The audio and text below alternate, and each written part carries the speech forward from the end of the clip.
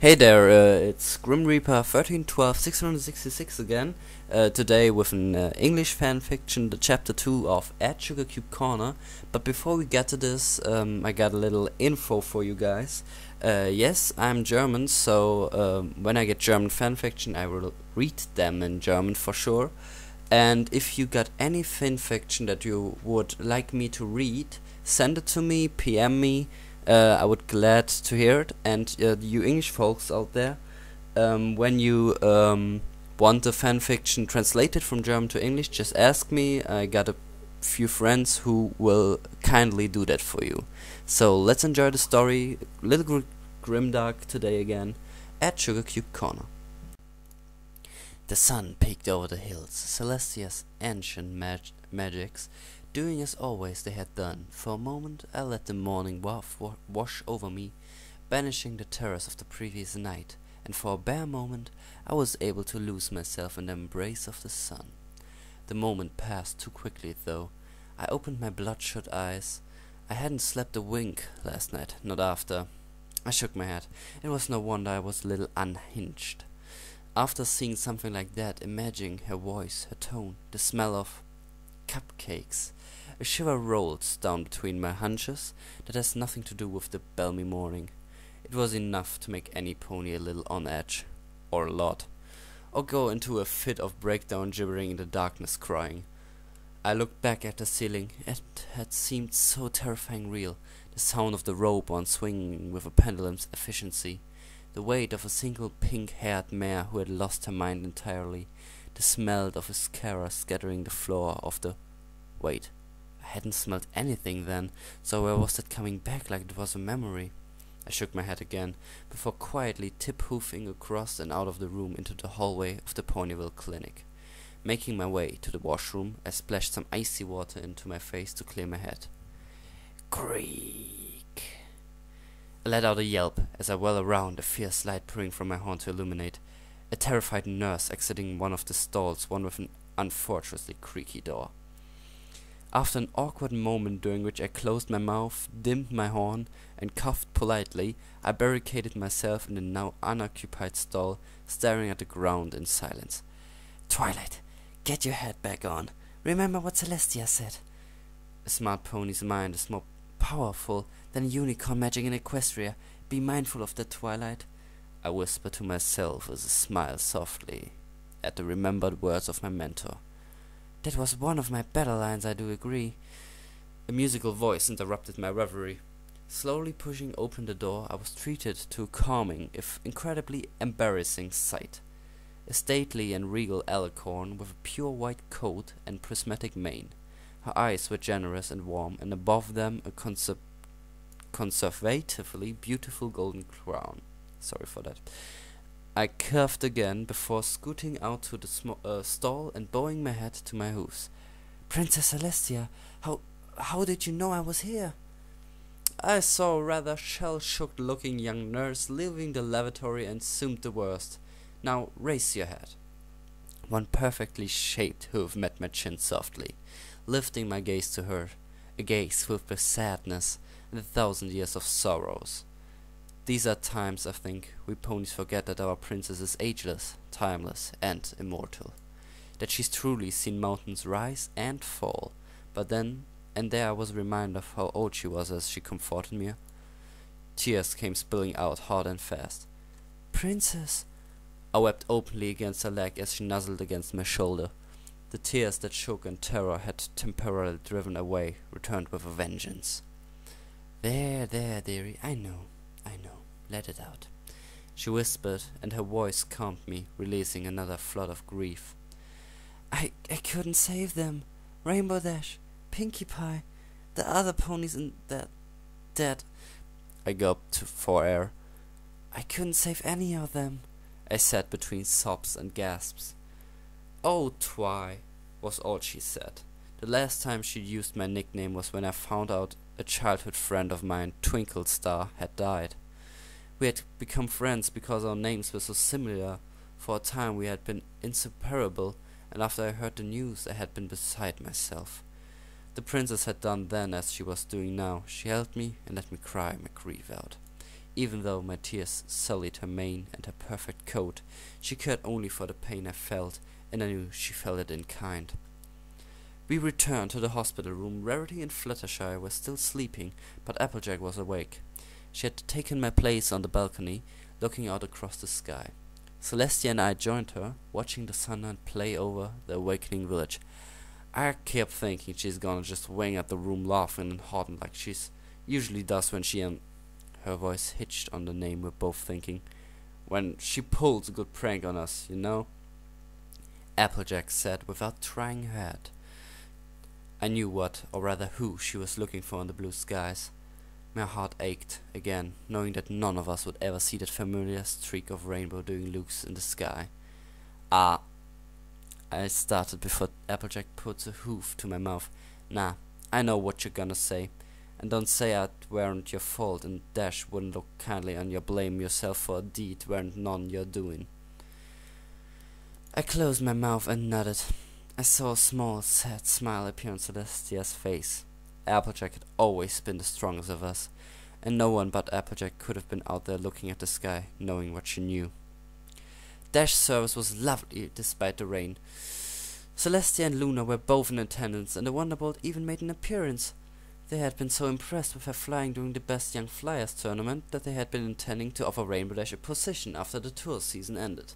It was a hard pill to swallow. Well, all said our words, Applejack gave the eulogy, and I don't think any else could have gotten all the way through without breaking down, but Jack saved her tears for the end. Of course, there were the two bodies to bury, but the second would have to wait. It was still in the basement of Sugarcube Corner. We talked to Luna after the funeral when we all returned to the library. I'm sorry, Twilight. I know this is difficult, but I can be no service for Pinkamena until we have finished the investigation. Celestia has left the Night Watch to me, Luna said sternly but kindly. The Night Watch, Celestia Investigation and Cleanup Team. I was only one who'd ever met a member of the Night Watch besides Celestia and Luna herself, and only because of my position as Celestia's protege. They were the best investigation crew in Equestria. I nodded amidst my friends to protest. Please, Your Highness, there must be another explanation. We all know Pinkie, she could never be capable of what you said she done. Rarity clipped Manhattan accent cutting through above the others. I agree, Princess. Pinkie was random, but she weren't no killer. Applejack chimed in. It was a statement to our bonds of friendship that she would speak up even knowing what mighty very well have happened to Rainbow Dash down there. I will find the answers. This happened in the night, my time. But before ponies, then Rainbow Dash were lost down there. So for now I can't promise anything resembling a proper funeral like Dash had today for Pinkamena. Besides the obvious disrespect it would show the victims, the other ponies of Ponyville simply wouldn't stand for it, she said uncomfortably. I'm sorry though. I'll try my best to find a solution. Till then, I need Twilight to come with me. You were the first on the scene. I'm sorry to have to make you remember, but I need to know what I looked like before anybody else barged in. I nod. I had been afraid of this, but I knew proper procedure. Celestia had drilled me in as thoroughly as she had magic and etiquette. Of course, Princess Luna. Sorry, guys, I'll tell you all what happened eventually, but right now I would rather not hear any of this. I say to my friends, my best friends. I turned my gaze down guiltily. I felt a hoof on my shoulder and smelled fresh flowers. Don't worry, Twilight. We'll be here for you when you're ready, said Fluttershy. Her voice was strong but quiet as a whimper like usual. I looked into her angelic and calming face and nodded. Thank you, Fluttershy. Thank all of you. I look up at Rarity, Applejack and Fluttershy all file out, and with some protest managed to drag Spike with them only to catch a glimpse of something at the back window. Some pony watching through it in the rain. Hey! I yelled as I galloped to the window, using my magic to push it open with a creak. Huh, what's your tail in such a twist? Applejack asked as he trotted over to staring out into the emptiness behind the library. I thought, no, I know I saw some pony watching through the windows, I said slowly, unwilling to simply dismiss it as a phantasm. I didn't say that whoever I saw had sky-blue eyes for a moment. The fear came back, but it vanished quickly as Applejack stood beside me. Maybe it was nothing. Applejack's eyes narrowed. Well, if that don't beat all, we was just looking for some privacy and some pony come along snooping your business when I ain't there, she had said angrily. Just disrespectful. I turned around and walked back to Luna's side, trying as I did not to think of the night at the clinic. I looked up to see Luna staring at me with those enigmatic eyes of hers, like she was looking through me. For a second I shivered again, most forget this despite looking as young as any of us. Luna was still only a handful of years younger than Celestia herself, and in some ways just as powerful in the magical arts. The others were stopped at the door as I returned. Sorry girls, it was probably nothing bad, just a curious filly or something. Not many in Pony will get to see Luna often. The explanation was a shaky one, but they each nodded, accepting it. They knew I would rather just get on with Luna's interrogation. I mentally thanked Celestia for making me friends once more. As soon as the room was empty, Luna rounded on me. Twilight, I'll be honest. Celestia didn't ask me to come here to ask you about that night. She asked me to come here and have to look at you. She said she felt something was wrong. She didn't give me anything more than that, though. I stuttered for a second before I answered. Princess, I felt, well, not fine, but I'm as well as I can expect, I guess. I would expect any pony to be grief-stricken after an incident like this. And while I see your sorrow, I also see something else. Tell me, Twilight, what is that has you so frightened? Luna asked. She cut right to the quick of it. Nothing. I'm just a bundle of nerves since that night. It's nothing, Princess Luna. I'm not okay, but I'm not any worse than Applejack or Fluttershy or Rarity, I explained, as I was sure all I needed was to settle to myself. Luna nodded slowly. All right, Twilight, if you're sure, but don't hesitate to call on either of us if something happens. And that goes for your friends too, okay? Thank you, Princess. I appreciate all you've done. She let a small smile grace her lips. I only wish I could have done more. If any pony should shoulder blame for not saving those ponies, it's the one who is in charge of the night, she said sadly. If you need me, I'll be at Sugarcube Corner for the next week or so with the night watch. With that, Princess Luna strutted ragefully out and took wing back to her post. I wanted to call the other girls back almost instantly. Something of being alone didn't sit well. I busied myself with tidying up the library. It had gotten messy since it had gone, and the work helped distract me. All at once a lightning bolt clapped, and I nearly leapt out of my skin. I walked up to the balcony and gazed out the storm.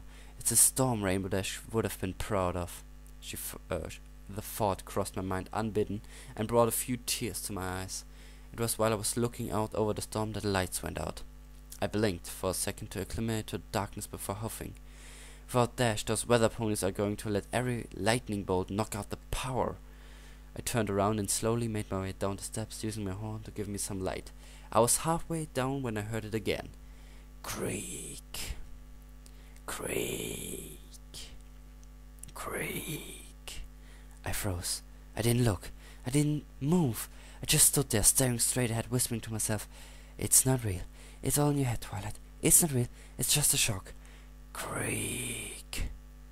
Creak. Creak. "Twilight?" I heard the voice, and every nerve fired. Pure uninhibited terror fueling my legs as I scrambled up the stairs and right onto the balcony. I guess it's almost to my credit that I hesitated a full half of the seconds before leaping. I jumped. Something primal in me told me to run and run as fast as I could. It told me that I needed to get away, or else I would face something more terrible than anything I had seen or read about. Something that threatened my very being. I hit the ground hard. I guess it was a good thing it was raining. I landed in mud rather than the hard ground, so it didn't do any real damage. On the other hand, when I hit the ground, my hoof went out from under me, and my head impacted the ground hard. Everything went dark. But in those last moments, cross my heart and hope to fly, darkness mercifully took me before I had hurt or registered any more. Well, nice story there, exactly. The laugh at the end just set me off so much. And the dialogue parts, please, in the description is a link to the original document. I'm a very, very, very bad voice actor, for my part, I think. so it would help if you read along on the fanfiction. But I hope I provided a good service again, and I hope I see you next time. Bye.